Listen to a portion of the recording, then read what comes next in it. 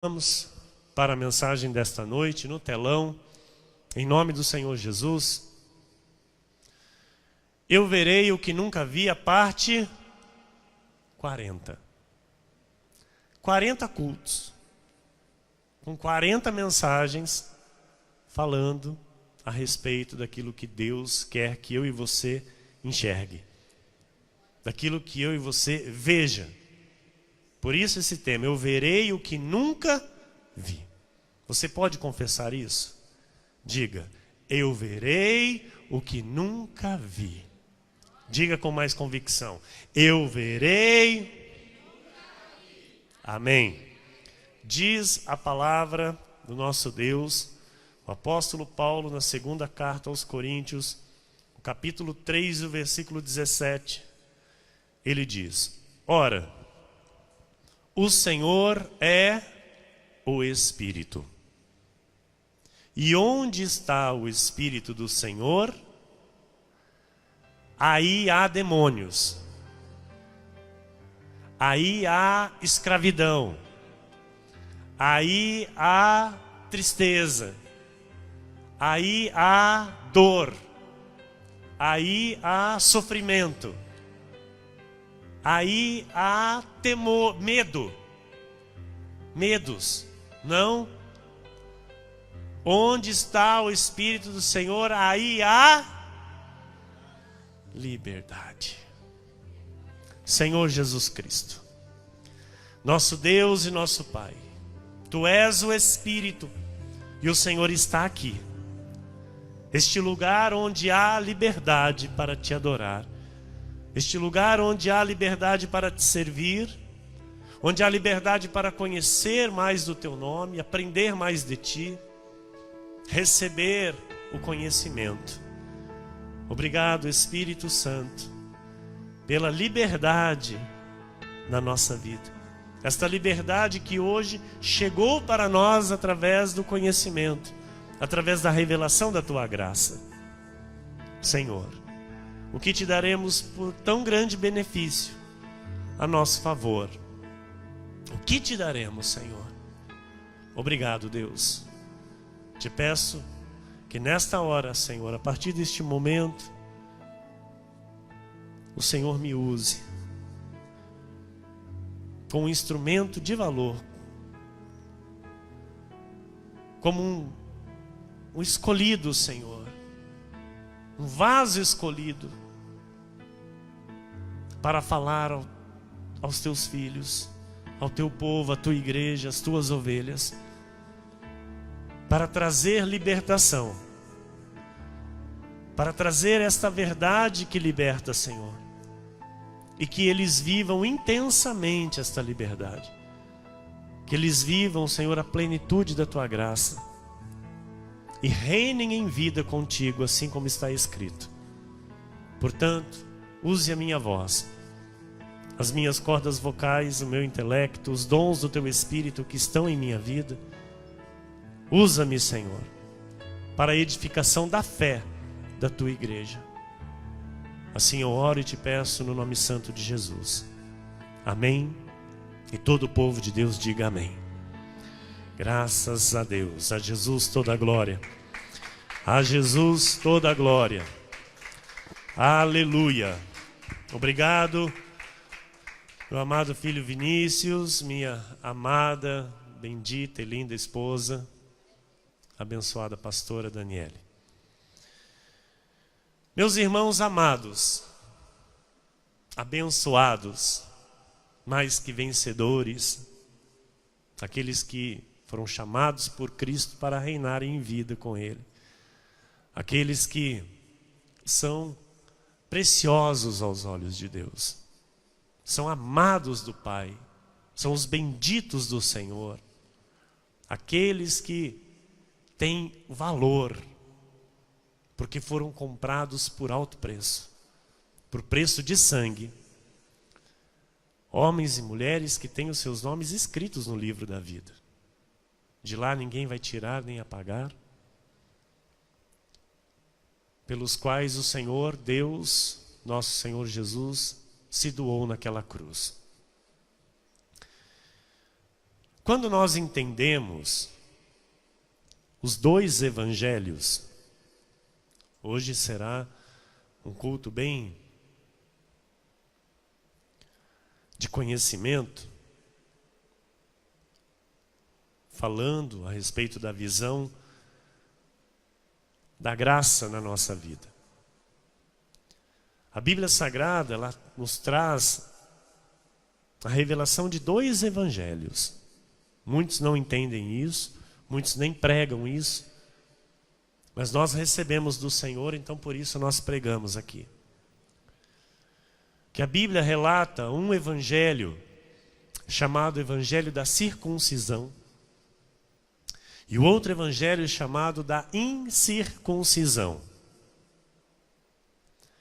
O da circuncisão é a lei e o da incircuncisão é a graça.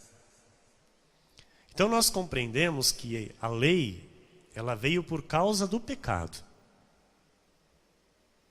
E ela veio por meio de Moisés. Veio por intermédio de Moisés, que estabeleceu 613 mandamentos,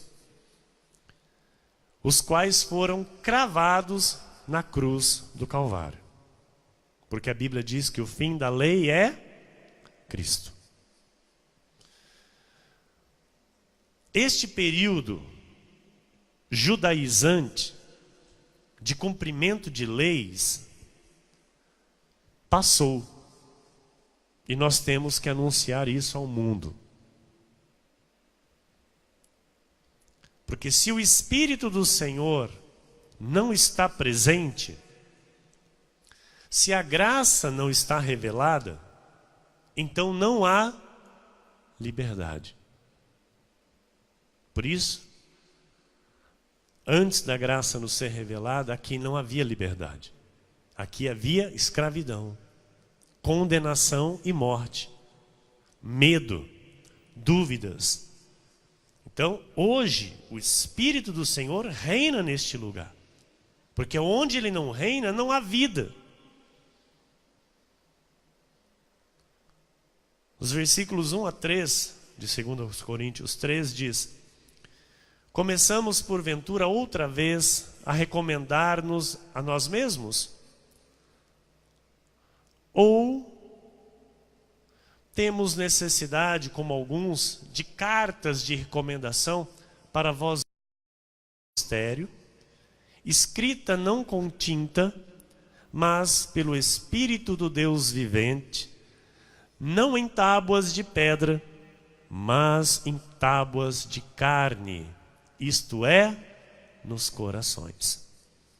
Então, a lei, ela foi escrita em tábuas de pedra. A graça, ela foi escrita em nossos corações. Ela está na nossa mente. Amém? Então, a lei veio através de Moisés por causa do pecado, e a graça veio para restaurar o homem do pecado. Versículos 4 e 5 diz: e é por intermédio de Cristo que temos tal confiança em Deus. Aleluia. Não que por nós mesmos sejamos capazes de pensar alguma coisa, como se partisse de nós. Pelo contrário, a nossa suficiência vem de Deus.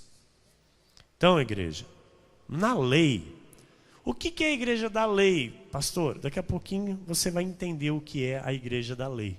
Elas estão aí fora.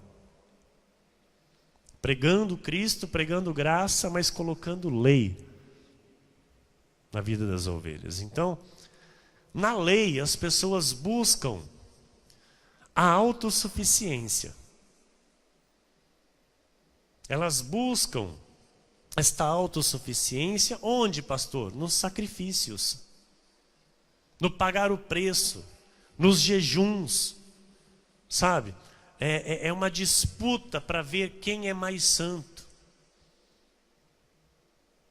Então nós que estamos na graça, nós entendemos que a nossa suficiência vem de Deus. Não vem de mim. Não vem daquilo que eu faço ou deixo de fazer. Porque Deus é a minha suficiência. Então, nós aqui nesta igreja somos todos dependentes de Deus. Nós não temos suficiência própria. Nós não temos capacidades próprias ou qualquer outra coisa que seja carnal. Porque a nossa suficiência vem de Deus. Então, enquanto nós dependemos de Deus, nós seremos sempre vencedores. A partir do momento que um homem, uma mulher, deixa de ser dependente de Deus, ela deixa de vencer na vida. Em 2 Coríntios, no capítulo 3, versículo 6, diz: o qual nos habilitou para sermos ministros de uma nova aliança. Aleluia. Não da letra. O que é essa letra? É a lei. Então, não da letra, não da lei, mas do Espírito. Por que não da letra, pastor? Porque a letra mata. A lei mata. Mas o Espírito vivifica. A graça vivifica. Então, o que você precisa saber? Que Deus te trouxe para a nova aliança, que não é da letra, que não tem nem um pouquinho de fermento aqui, porque Paulo diz que um pouco de fermento leveda toda a massa, ou seja, não, aqui nós pregamos a graça, aqui nós pregamos a salvação que há em Cristo, mas nessa semana nós vamos fazer um jejum. Fermento. Obra da lei, obra da carne, que nada aproveita para justificar o homem. Porque o homem é justificado por fé, e não por algum tipo de obra que ele pratique. Então, ou eu creio na palavra, ou eu não sou justificado. Estão entendendo? Então, olha, você é habilitado para ser ministro disso que você ouve aqui. Você já é habilitado para ser ministro. Não, mas ministro não é só quem está aí no altar, com o microfone na mão? Não, não. Todos nós. Cada um tem um chamado específico dentro da obra, dentro da igreja. Um para pastor, presbítero, diácono. Amém? Louvador. Cada um com o seu ministério, cada um com o seu departamento. Deus escolhe dentro das ovelhas, né, no aprisco, aqueles que vão servi-lo em cada departamento. Porém, todas as ovelhas são habilitadas pelo Senhor para serem ministros. Então, aí fora, no mundo, você é ministro de Deus. Você não pode temer em falar em nome de Deus, segundo a graça que te é revelada aqui. Você só não pode sair aí pregando lei. Você só não pode sair aí pregando jejum, batismo em água, vigília, ir para monte. Vai para monte que a onça te pega. E olha que aqui no matão está cheio de onça. Deus me livrou, amados. Olha, como Deus me livrou. Foram quase 3 anos subindo ali naquele matão ali para orar em monte. E eu escutava uns barulhos. Crack, crack. Amados, agora que Deus me tirou dessas coisas, eu soube como tem onça ali naquele matão. Como tem onça. Não é, irmão Rick? Então, Deus me deu grandes livramentos. Mas, pastor, não tem que ir lá no monte? Claro que não. Aqui nós podemos orar. Dobrar o nosso joelho aqui. Dobra o joelho no teu quarto. Busque o Senhor em oração na tua casa. Amém? Então hoje não há uma necessidade de eu pagar um preço, porque o Deus que eu busco em oração está dentro de mim. Estão entendendo? Ele está dentro de você. Então antes o Senhor Jesus subia a montes, ia para o monte para orar, porque ele ainda não tinha ido para a cruz, amados. Ele ainda não tinha ido para a cruz. O Espírito Santo não tinha descido. Estão entendendo isso? Amém? Está claro até aqui? Então, nós somos habilitados para ser ministros da nova e eterna aliança. Não temos parte com a lei, com nada que seja judaizante. Para começar, aqui não tem nenhum judeu. Nós não somos judeus. Nós somos gentios. Nós somos o povo gentílico. E esse povo gentílico não foi chamado para cumprir lei. Amém? Foi chamado para viver a graça. Então nós somos o quê? A última reforma protestante. Está ali naquela parede, está ali aquela faixa, desde quando nós começamos aqui a pregar a graça. 2 Coríntios 3:7. E se o ministério da morte... Então olha como é que Paulo chamou a lei. Ministério da morte, gravado com letras em pedras, se revestiu de glória, a ponto de os filhos de Israel não poderem fitar a face de Moisés por causa da glória do seu rosto, ainda que desvanecente. Olha, o ministério da morte se revestiu de glória. Teve glória ou não teve? Hoje as pessoas falam de Moisés, aí ficam todos, oh, Moisés abriu o mar. Olha, Moisés. Então esse ministério que foi dado a Moisés, ele teve a sua glória, ok? Mas olha o que Paulo diz em Hebreus 7, 18 e 19.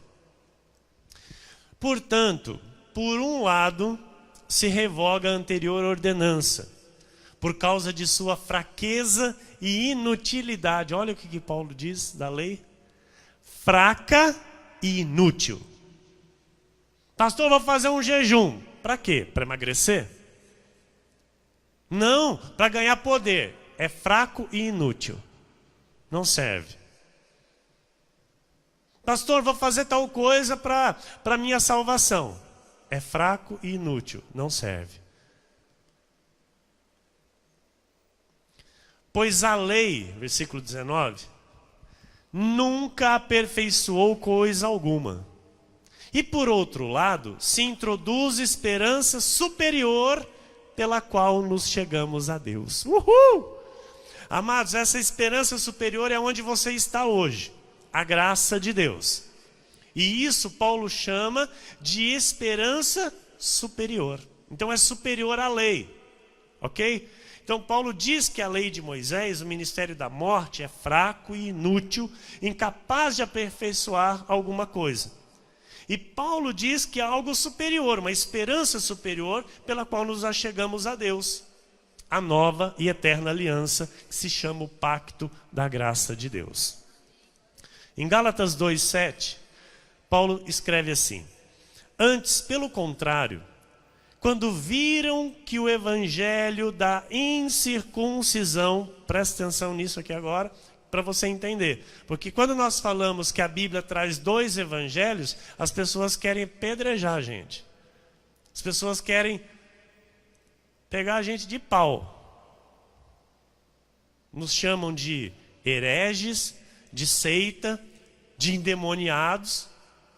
Mas a Bíblia está dizendo que tem dois evangelhos. Paulo diz assim: antes, pelo contrário, quando viram que o evangelho da incircuncisão me fora confiado, como a Pedro o da circuncisão. Então olha os dois evangelhos aí. Qual que eu tenho que seguir? O de Pedro ou o de Paulo? De Pedro ou de Paulo? De Paulo. Então o evangelho que nós temos que seguir é o da incircuncisão, que é o evangelho da graça de Deus. Então, quando não se tem o conhecimento, amados, a revelação desta verdade, o que se vive é uma mistura de lei com graça. E o que gera isso? Uma vida cheia de confusão. É uma mistura de Cristo com as práticas da lei. Elas se dizem igrejas, elas estão falando de Jesus, estão com a Bíblia aberta. Só que estão indo lá para Moisés e trazendo práticas de lei. Então a pessoa diz que é mais que vencedora. Amém? Nós falamos muito aqui, porque de fato nós somos. Eu sou mais que vencedor. Eu posso tudo naquele que me fortalece. Mas essa semana eu vou jejuar porque eu tenho que lutar com o diabo. Tem coerência nisso? Nenhuma. Ou eu sou mais que vencedor, ou eu posso tudo naquele que me fortalece, ou eu vou fazer jejum. Estão entendendo, igreja? Está claro isso? Então, a vida espiritual é viver uma certeza. É viver uma convicção. Porque a vida espiritual se vive por fé e não por obras. Então uma vida que eu vivo por obras não é uma vida de fé, é uma vida de dúvida. A pessoa está lá realizando algo para ser salva, a pessoa está realizando algo para o diabo não pegar ela, a pessoa está realizando algo para quebrar as macumbas. Teve um dia que perguntaram para nós, viu? Lá vocês fazem lá, aqui, como é que falaram, pastora? Vocês tiram as coisas lá? Perguntaram, irmão Paulo. Viu, vocês tiram as coisas lá? O pastor falou, que coisa? Que coisa? Não, as coisas ruins. Não, a gente tem conhecimento. E o conhecimento nos liberta. Eu achei que lá vocês tiravam as coisas ruins. Aí a pessoa falou, a palavra de Deus tira as coisas ruins. Aqui não tem feitiçaria, aqui não tem nenhum misticismo, aqui não tem nenhuma encenação mais, para a glória de Deus. Né? Então, porque aqui nós vivemos por fé. É por fé na palavra. Eu creio que Jesus está em mim, amados, ou eu creio que o diabo está em mim. Correto? Uma hora eu estou com Deus, outra hora eu não sei com quem que eu estou. Espera aí.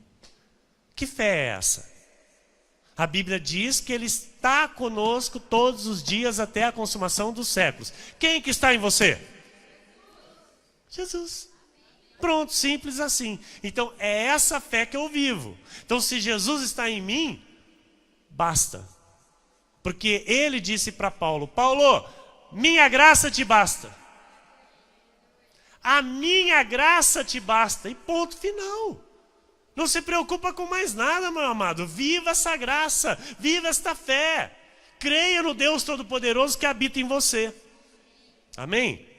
Olha o versículo 10, o que diz de 1 Coríntios 3. Segundo a lei, segundo a graça de Deus que me foi dada, lancei o fundamento como prudente construtor. Isso é lindo, amados, isso é muito lindo. E outro edifica sobre ele. Eu estou aqui edificando juntamente com você. Nós estamos edificando a nossa vida sobre este fundamento que foi lançado pelo apóstolo Paulo. Porém, cada um veja como edifica. Então, há uma necessidade de nós entendermos como nós estamos edificando a nossa fé. É em obras ou é na palavra? Por quê? Foi através do apóstolo Paulo que Deus revelou a sua graça. É Paulo que nos traz a revelação da graça, não é Pedro. Não é Pedro. É Paulo. Gálatas 1, versículo 11 e 12 diz assim. Amados, essas falas de Paulo é maravilhosa. É tudo Paulo que ia escrevendo e falando, olha. Faço-vos, porém, saber, irmãos, que o evangelho por mim anunciado não é segundo o homem. Porque eu não recebi nem o aprendi de homem algum, mas mediante a revelação de Jesus Cristo. Então, quando Paulo diz isso, ele diz assim, olha, o que eu estou ensinando é o que tem que ser obedecido. O que eu estou ensinando é o que tem que ser seguido. Então, não é para fazer outra coisa a não ser aquilo que eu ensinei.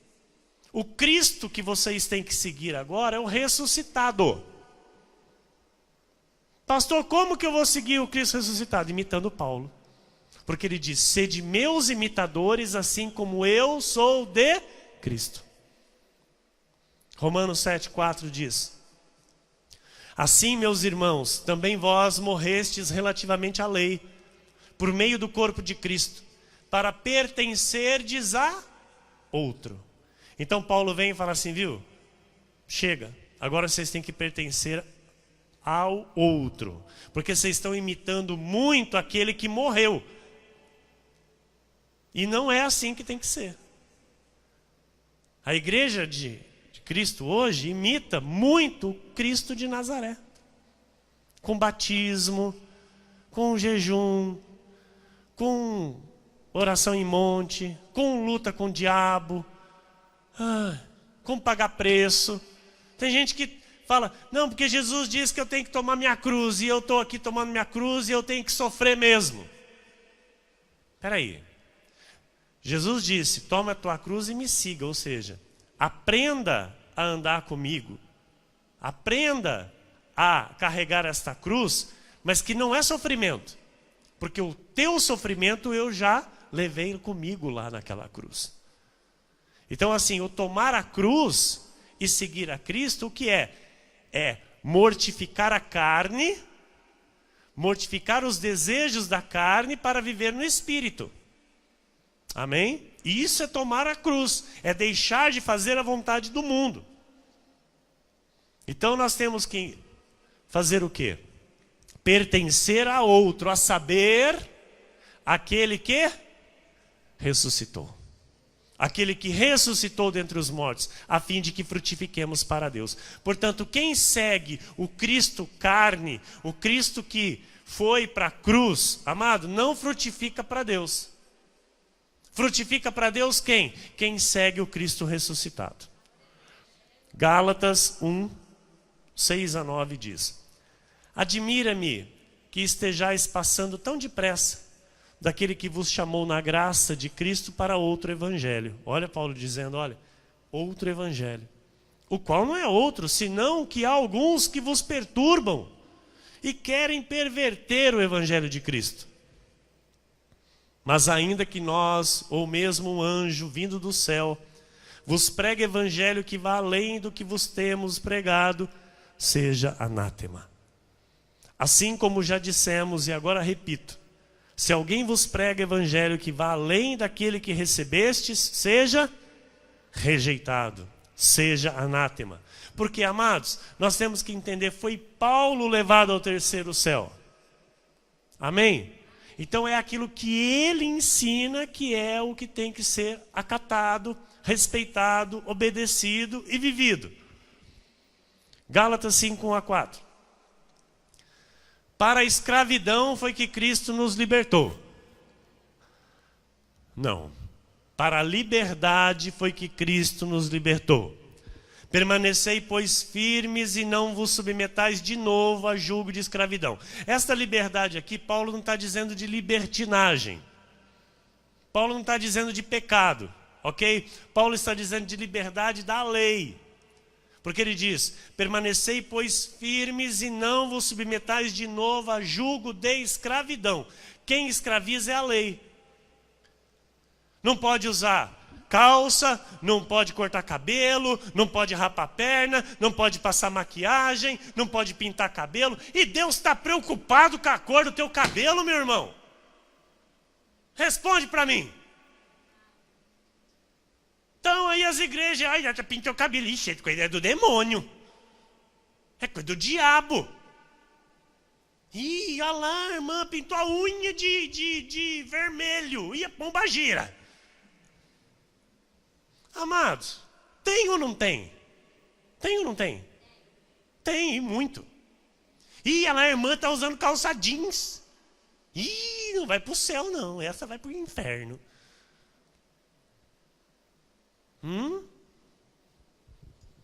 Para a liberdade foi que Cristo nos libertou. Ih, olha lá, o irmão está usando bermuda e camiseta regata. Cheio de tatuagem. Vai para o inferno. Para a liberdade foi que Cristo libertou. Permanecei, pois, firmes e não vos submetais de novo a jugo de escravidão. Eu, Paulo, vos digo que, se vos deixar de circuncidar, ou seja, aceitar a lei, Cristo de nada vos aproveitará. Está aí as igrejas da lei aí fora. Aí, ó. Cristo está sendo aproveitado? Nada. Nada, irmão. Nada. De novo testifico a todo homem que se deixa circuncidar, que está obrigado a guardar toda a lei. De Cristo vos desligastes, vós que procurais justificar-vos na lei, da graça decaístes. Amado, eu digo aqui, prego aqui, Cristo é a suficiência para a nossa salvação. Cristo é o que basta para a nossa salvação. A graça do Senhor nos basta. Por isso nós não precisamos de batismo, porque aqui somos batizados no Espírito Santo. Não precisamos de sacrifícios. Não precisamos ajudar o sacrifício de Cristo por nós, porque o sacrifício dele é perfeito e nos basta. Não temos que pagar nenhum preço, não temos que vigiliar, não temos. Nós temos que andar numa vida do quê? De liberdade, porque nós somos ligados a Cristo. E aquele que está ligado a Cristo tem uma vida feliz, tem júbilo no seu espírito. A alegria da salvação está nele todos os dias. Não é um dia está salvo e um dia está indo para o inferno. Um dia está salvo e outro dia está indo para o inferno. Hoje eu não sei para onde que eu vou. Quem está em Cristo, amados, tem a certeza da salvação. Amém? Então, olha, não pode misturar lei com graça, porque se for assim a vida vira uma desgraça.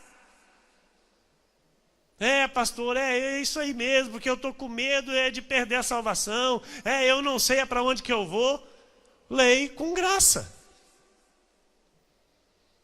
A pessoa não consegue crer no sacrifício de Jesus. A pessoa não consegue confiar totalmente na cruz de Cristo. Não consegue se agarrar àquilo que foi consumado naquele lugar.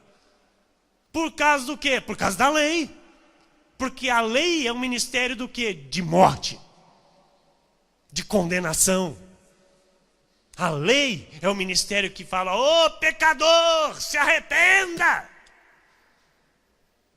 aceita Jesus, para você não ir para o inferno. É ou não é? Assim é a lei. Por isso Paulo diz que a lei mata e o Espírito vivifica. Deus está aqui nessa noite, mas para nos trazer vida, alegria no nosso espírito. Amém? João 10, 27 e 28, você precisa crer nesta verdade. Amém? É Jesus que está dizendo, não sou eu estou aqui só falando aquilo que ele está mandando eu falar para você. Então você não pode ver aqui o pastor Emílio falando. Veja Jesus falando para você. Olha o que ele diz: as minhas ovelhas ouvem a minha voz. Você está aqui ouvindo quem? Jesus. Não é eu. Você não está ouvindo aqui o pastor Emílio, você está ouvindo Jesus. Então, olha, as minhas ovelhas ouvem a minha voz, eu as conheço e elas me seguem. Eu lhes dou o inferno. Eu lhes dou a vida eterna. Jamais perecerão. Crê nisso? Crê? Consegue crer nisso? Que jamais perecerão. O que é jamais perecerão? Nenhum filho de Deus vai para o inferno. Jamais perecerão e ninguém as arrebatará da minha mão. Pronto. Uma vez filho, filho para sempre.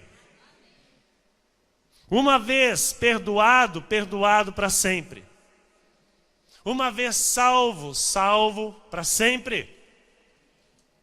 Efésios 4:30 diz. Pastora, não é esse texto. Ou eu passei o texto errado para você, ou você colocou o texto errado aqui. Vou conferir na minha Bíblia.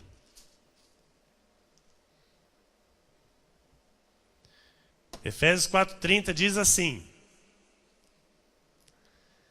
e não entristeçais o Espírito de Deus, no qual fostes selados para o dia da redenção. Então não é esse texto, tá, pastora? Está arrumando? Então arruma para os irmãos poderem ler aqui no telão. E não entristeçais o Espírito de Deus, no qual fostes selados para o dia da redenção. O Senhor Jesus guarda você para a salvação. Amém? Amém? A salvação é por graça, mano. Não é por obra. Como é a salvação por graça? É a fé, é crer. É o que você está fazendo aqui, você crê. Por isso você está aqui. Amém? Você está aqui porque você crê. Coloque isso na tua mente. Diga, eu creio. Diga, eu creio. Amém. Pronto, simples assim. Gálatas 2, 2-4, olha o que diz. Subi em obediência a uma revelação e lhes expus o evangelho que prego entre os gentios, mas em particular aos que pareciam de maior influência, para, de algum modo, não correr ou ter corrido em vão. Contudo, nem mesmo Tito, que estava comigo, sendo grego, foi constrangido a circuncidar-se.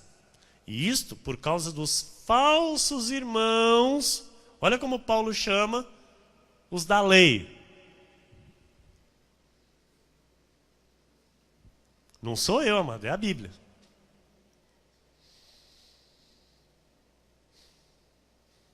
Falsos irmãos que se entremeteram com o fim de espreitar a nossa liberdade que temos em Cristo Jesus e reduzir-nos à escravidão. A lei reduz a escravidão. A lei não aceita esta liberdade que eu e você temos para servir a Cristo. A lei condena. A lei julga. Então Paulo chama de falsos irmãos. Porque apontam o dedo, julgam, condenam. E dizem que isso não é evangelho. Gálatas 2:6. E quanto àqueles que pareciam ser de maior influência, quais tenham sido outrora, olha como Paulo diz, não me interessa. Amados, com todo respeito aqui, não me interessa nem um pouquinho o que os irmãos da lei dizem a meu respeito. Ou dizem a respeito do que eu prego aqui. Não me interessa, não me preocupo, porque se eu me preocupasse, eu não estava mais aqui pregando essa graça. Paulo disse isso, olha. Não me interessa, Deus não aceita a aparência do homem. Esses, digo, que pareciam ser alguma coisa, nada me acrescentaram. Você vai ver daqui a pouquinho de quem que Paulo estava falando aqui. Paulo diz aqueles que pareciam ser de maior influência. Daqui a pouquinho você vai ver. Aleluia. Nada me acrescentaram. A lei não nos acrescenta nada. Não tem o que acrescenta. Porque não tem revelação. Não é o Espírito do Senhor. Gálatas 2, 9, 11, 14 diz. E quando conheceram a graça que me foi dada, olha de quem que Paulo estava falando. Tiago, Cefas e João. Quem é Cefas? Pedro. Pedro era chamado de Cefas. Então, quando conheceram a graça que me foi dada, Tiago, Cefas e João, que eram reputados colunas. Era desses três que Paulo estava dizendo. Vou voltar lá no versículo 6 de Gálatas 2. Quanto àqueles que pareciam ser de maior influência, quais tenham sido outrora, porque Deus chamou, Jesus chamou estes para andar com ele, sim ou não? Só que, depois, quem foi levado ao terceiro céu? Paulo. Estão entendendo? A profundidade disso, amados. E as pessoas não querem levar ao pé da letra. As pessoas, não, isso aí não, é o chamado de Paulo, não tem nada a ver. Amado, o último apóstolo a falar em nome do Senhor nessa terra foi Paulo. Foi ele levado lá aos céus e não ouviu o evangelho dos homens, ouviu da boca do próprio justo. Então ele diz assim, quais tenham sido outrora, não me interessa. Olha a ousadia de Paulo. Eu amo essa ousadia de Paulo. Não me interessa. Deus não aceita a aparência do homem. Esses, digo, que me pareciam ser alguma coisa, nada me acrescentaram. Amado, está cheio de personagens assim, que parece ser alguma coisa, mas nada acrescenta. E estão falando, e fala, e gesticula, e não sei o quê, e interte, e persuade com palavras, e com não sei o quê, e mexe nas emoções, e arranca lágrimas, e nada acrescenta. Pastor, mas não estou gostando do jeito que o senhor está falando, eu estou falando a verdade. Quer ouvir mentira? E eu não vou falar. Eu vou falar a verdade. As igrejas estão assim, ó. Cheia, porém vazias. De pessoas vazias que nada recebem. Entra de um jeito e sai pior do que entrou. Nada me acrescentaram. Aí vamos lá para o versículo 9. Quando conheceram a graça de que me foi dada, Tiago, Cefas e João, esses três aí que nada acrescentaram, que eram reputados colunas, me estenderam a mim e a Barnabé à destra de comunhão, a fim de que nós fôssemos para os gentios e eles para os judeus, para a circuncisão. Quando, porém, Cefas veio a Antioquia, resisti-lhe face a face, porque se tornara repreensível. 14.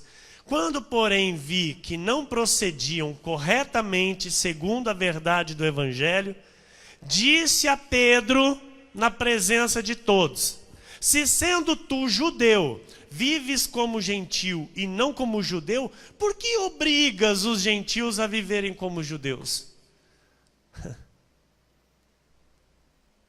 Amado, aleluia, aleluia. Não é Pedro o fundamento, não é Pedro a base da igreja de Jesus. Eu não aceito, mediante a verdade bíblica, alguém dizer que Pedro é base da igreja de Deus nessa terra. Por quê, pastor?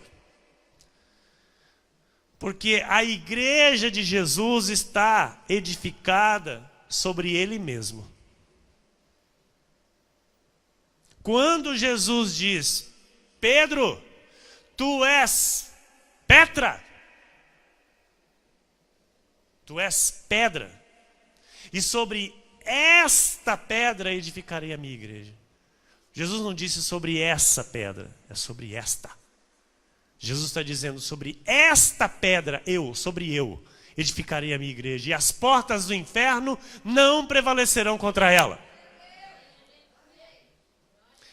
Dizer para mim que uma igreja está alicerçada em Pedro, amados, é não conhecer a revelação da Bíblia. Dizer para mim que a igreja de Jesus está alicerçada sobre um homem que foi repreendido por Paulo, que mentiu para Jesus, que negou Jesus por 3 vezes, que foi repreendido até pelo Senhor, arreda Satanás, dizer que ele é coluna da igreja, pode contar isso para outro, para mim não. Para mim não, não é Pedro. O sábio arquiteto que lançou o fundamento se chama Paulo. Ele lançou os fundamentos da igreja. Então, amados, por isso a igreja de Cristo está doente. Por isso as ovelhas de Cristo se encontram doentes. Porque a lei é uma doutrina doente. E ela adoece as pessoas, ela entristece as pessoas, ela tira a liberdade das pessoas. A igreja está compreendendo? Amém. Então, Paulo diz para Pedro, por que obrigas? Paulo diz para Pedro, por que obrigas os gentios a viverem como judeus? A lei obriga. A lei obriga. Paulo foi o arquiteto escolhido por Deus para edificar a igreja, e não Pedro. Então, amados, aqui nós não fazemos nada por obrigação. Nós fazemos por amor, nós fazemos livremente, em espírito e em verdade, nós adoramos ao Senhor nosso Deus, ao Senhor das nossas vidas. Romanos 16, 25. Vamos correr. Ora, aquele que é poderoso para vos confirmar segundo o meu evangelho. Olha a ousadia desse homem. Eu amo. Paulo diz, aquele que é poderoso para vos confirmar segundo o meu evangelho é a pregação de Jesus Cristo, conforme a revelação do mistério, guardado em silêncio nos tempos eternos. Paulo disse, está escrito assim nós cremos, que é este evangelho que nós temos que seguir. 2 Coríntios 11, 10. A verdade de Cristo está em mim, Paulo está dizendo. Por isso não me será tirada esta glória nas regiões da Acaia. É Paulo quem diz que o ministério da morte passou. E você diga amém. É Paulo quem diz que há algo melhor para a nossa vida e superior. E você diga amém. Hebreus 8, 6 e 7. Agora, com efeito, obteve Jesus ministério tanto mais excelente, quanto é ele também mediador de superior aliança, instituída com base em superiores promessas. Aleluia, olha que tremendo isso. Porque se aquela primeira aliança tivesse sido sem defeito, de maneira alguma estaria sendo buscado lugar por uma segunda. Aleluia. 1 Timóteo 1, 8 a 10. Sabemos, porém, que a lei é boa, se alguém dela se utiliza de modo legítimo, tendo em vista que não se promulga a lei para quem é justo. Você é justo? Então, você não está dentro de receber lei. Então, para quem é a lei, pastor? Para os transgressores, rebeldes, irreverentes e pecadores, ímpios e profanos, parricidas e matricidas, homicidas, impuros, sodomitas, raptores de homens, mentirosos, perjuros e para tudo quanto se opõe à sã doutrina. Então, para esse tipo de gente serve a lei. Então, amado, você é justo, você vive por fé, você vive na graça de Deus, ok? Mas, pastor, e se eu pecar? Se você pecar, sendo já justificado pelo sangue de Jesus, eu tenho que te dizer que se você pecar, Deus vai lhe corrigir, disciplinar e açoitar. Sem quebrar a aliança da salvação e sem alterar a promessa na sua vida. Olha que coisa linda. Nosso Deus é justo. Ele não remove a salvação. Amém? Então, sabendo disso, por que eu vou pecar? Sabendo disso, que Ele mantém a salvação, por que eu vou pecar? Amado, se eu peco, eu quero me rasgar. Por quê? Porque eu já não suporto mais entristecer o Espírito Santo de Deus que está em mim. Está entendendo? Então Paulo diz, não entristeçais o Espírito Santo de Deus que está em vós. João 8, 31 e 32. Disse, pois, Jesus aos judeus que haviam crido nele, se vós permanecerdes na minha palavra, então é na palavra que tem que permanecer, não é no jejum, não é na vigília, não é no batismo, é na palavra. Sois verdadeiramente meus discípulos. E conhecereis a verdade, e a verdade vos libertará. Então é necessária a visão de Deus. a visão dada por Deus para conhecer e entender a verdade que liberta. Quem não tem Jesus está submetido à lei. 2 Coríntios 3, 9 a 16 diz: porque se o ministério da condenação foi glória, em muito maior proporção será glorioso o ministério da justiça. Porquanto, na verdade, o que outrora foi glorificado, neste respeito já não resplandece diante da atual sobreexcelente glória. Por quê? Se o que se desvanecia teve sua glória, muito mais glória tem o que é permanente. Permanente é a graça. Tendo, pois, tal esperança, servimo-nos de muita ousadia no falar. E não somos como Moisés. Diga, não somos como Moisés. Que punha véu sobre a face, para que os filhos de Israel não atentassem na terminação do que se desvanecia. Mas os sentidos deles se embotaram. Pois até o dia de hoje, isso é verdade mesmo, até o dia de hoje, quando fazem a leitura da antiga aliança, o mesmo véu permanece, não lhes sendo revelado que em Cristo é removido. Mas até hoje, quando é lido Moisés, o véu está posto sobre o coração deles. Quando, porém, algum deles se converte ao Senhor, o véu lhe é retirado. Amados, aleluia. Somos um ministério que retira véus. Amém? Somos um ministério que abre os olhos dos filhos de Deus. 2 Coríntios 3,17 diz: ora, o Senhor é o Espírito. E onde está o Espírito do Senhor, aí há liberdade. Versículo 18. E todos nós, com o rosto desvendado, contemplando como por espelho a glória do Senhor, somos transformados. Diga, eu sou transformado. Amém. Somos transformados de glória em glória, na sua própria imagem, como pelo Senhor, o Espírito. O Espírito Santo é responsável pela transformação da nossa vida. Pastor, mas não é eu que tenho que me transformar? É, mas é Ele que te dirige. Ele nos dá a direção da visão, para a gente viver segundo o que Ele quer. Porque é dele o querer, é dele o realizar. Então a graça transforma a vida. A graça gera maridos exemplares, a graça gera maridos que têm uma boa conduta com a esposa, com seus filhos. A graça gera esposas sábias dentro dos seus lares. Mulheres felizes, amadas, cuidadas. A graça gera um novo estilo de vida em Jesus. O Espírito Santo gera a transformação de dentro para fora. Não é algo exterior. Não é eu colocar uma camisa, uma calça social, um sapato, pegar a Bíblia e ir para a igreja. É mudança de vida. Atitude, pensamento.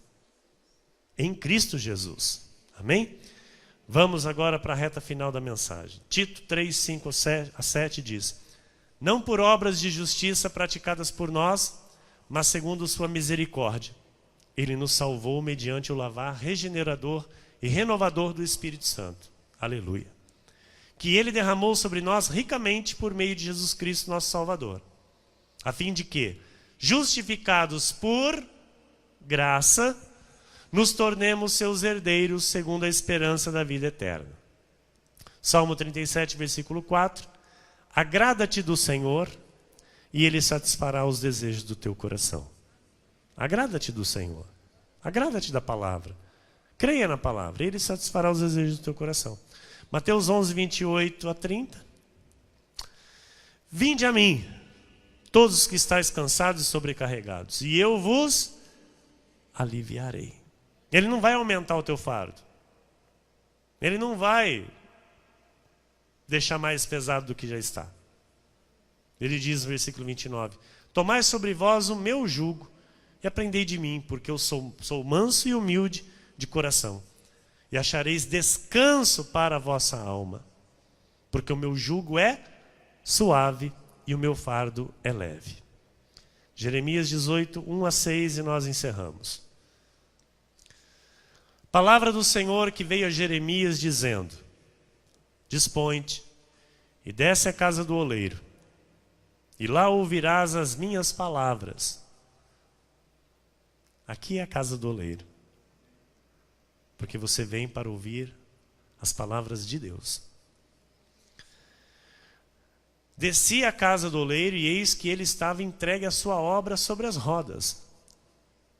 Como o vaso que o oleiro fazia de barro se lhe estragou na mão, tornou a fazer dele outro vaso, segundo bem lhe pareceu.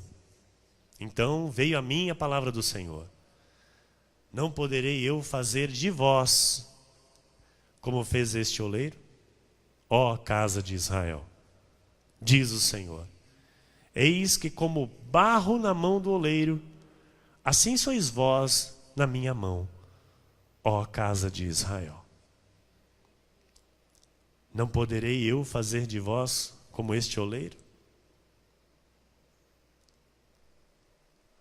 Você é um vaso. E talvez hoje esteja aqui como um vaso totalmente quebrado.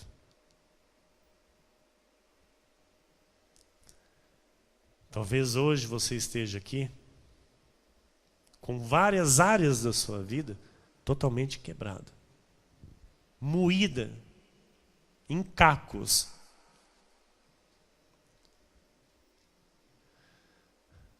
Não poderei eu fazer de vós como este oleiro? O Senhor mostrou para Jeremias que aquele vaso, aquele primeiro vaso não estava bom. E o oleiro então tornou a fazê-lo. E aí então saiu um vaso bom.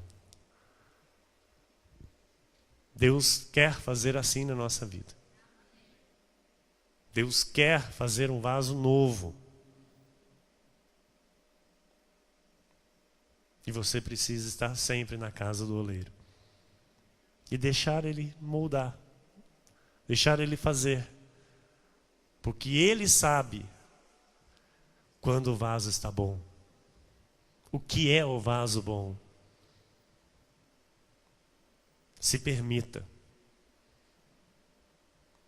Não coloque nenhuma defesa. Não se arme. Não se feche. Não se isole. Se abra, se quebrante e se entregue às mãos do oleiro, para que ele faça da tua vida uma nova história e faça de você um vaso novo. Que assim seja, porque assim disse o Senhor.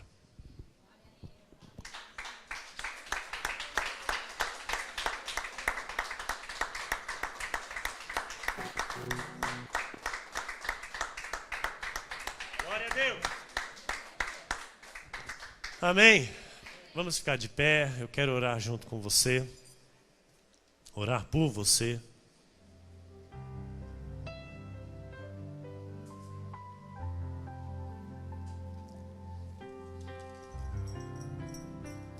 Deus pode fazer tudo novo. Tudo novo. E pode fazer você se esquecer de tudo que ficou para trás, que te machucou, que te feriu. Porque Deus tem para nós alegria, liberdade. Deus tem prazer na alegria de um filho. Deus não tem prazer em ver um filho dele sofrendo. Por isso, Ele nos diz nesta noite que Ele pode, assim como o vaso na mão do oleiro, Ele pode mudar a nossa vida. Ele pode mudar a nossa história, mudar essa situação que talvez aos teus olhos seja impossível. Deus pode fazer. Ele pode mudar. Ele pode reverter a maldição em bênção na tua vida. Tome posse. Tome posse do milagre do Senhor. Senhor Jesus Cristo, Deus amado e bendito, o Deus que nos molda, o Deus que refaz, o Deus que tem o poder para fazer um vaso novo, o Deus que faz de nós um vaso novo. Senhor, que nós sejamos assim, Pai, como o barro nas Tuas mãos. Mesmo que talvez em cacos, mesmo que talvez, Senhor, com várias áreas de nossa vida destruída, nós confiamos em Ti, Senhor, e sabemos que o Senhor pode mudar. Sabemos que o Senhor pode transformar. O Senhor nos deu a verdade neste lugar. O Senhor nos fez entender e receber este pacto de melhores e superiores promessas, Jesus. É maior a glória que está sobre a nossa vida neste momento. Não estamos debaixo de lei. Não estamos debaixo do jugo de escravidão. Estamos aqui te servindo em espírito e em verdade, na liberdade com que o Senhor nos libertou. Portanto, ó Deus, manifesta sobre nós a Tua glória, o Teu poder e o Teu querer. Manifesta em nós, Senhor, a Tua santidade. A Tua santidade, Jesus. Nós somos totalmente dependentes de Ti, pois a nossa suficiência está em Ti, Senhor. Vem de Ti. Nós não somos aqui autossuficientes, Pai. Nós dependemos somente do Teu poder e da Tua graça. Espírito Santo, eu profetizo em Teu nome, Senhor, restituição sobre o Teu povo. Eu profetizo em Teu nome, Senhor, a restauração sobre o Teu povo. Tu disseste, ó Deus, nesta semana, no culto de oração, na segunda-feira, que nós temos que profetizar sobre estes ossos secos e que o Senhor trará vida novamente a isto que está morto na nossa vida. O Senhor disse para tirarmos a pedra, para podermos contemplar o milagre. Lázaro estava morto há 4 dias e o Senhor disse: retirai a pedra. E Lázaro saiu para fora quando ouviu a Tua voz. Senhor, nós cremos que o Senhor está movendo agora o milagre em nossa vida. Nós cremos que o Senhor está fazendo agora o impossível, Jesus. Nós cremos que o Senhor está inclinando corações a nosso favor. Nós cremos que o Senhor está abrindo o mar para que passemos com os pés enxutos e do outro lado cantemos o hino da vitória. Eu creio, Pai, que haverá testemunhos mediante, Senhor, a palavra desta noite, mediante, Senhor, ao culto desta noite que o Senhor falou tremendamente aos nossos corações. Vinde a mim, todos que estáis cansados e sobrecarregados, e eu vos aliviarei, diz o Senhor. Receba, igreja, o alívio para a tua alma. Receba o descanso para a tua alma. Entre no repouso de Deus e confie. Confie que Deus está no controle desta situação e que você vai ver a vitória em nome de Jesus. Ó Deus amado e bendito, eu creio, Senhor, num novo período para a tua igreja. Período de paz, de alegria, de regozijo, de júbilo, de vitória, de conquistas. Eu creio. Estamos caminhando para o final de 2018, crendo em grandes vitórias, em grandes conquistas, num mover sobrenatural da tua mão a nosso favor. E vamos adentrar em 2019 com esta fé inabalável, com este entusiasmo, com este ânimo, porque nós pertencemos a um reino inabalável. E nós vamos ver, Senhor, grandes mudanças em nós, grandes mudanças em nossa vida, a nossa vida profissional, a nossa vida matrimonial, conjugal, nossa vida sentimental, nossa vida familiar, Senhor, a nossa vida financeira. Nós veremos o que nós nunca vimos. Veremos o que nós nunca vimos, para o teu louvor e para a tua glória. E aqueles que creem, confiam, e assim vão proceder, digam amém. Glórias a ti, Jesus. Aplauda ao Senhor, exalte ao nome santo de Jesus.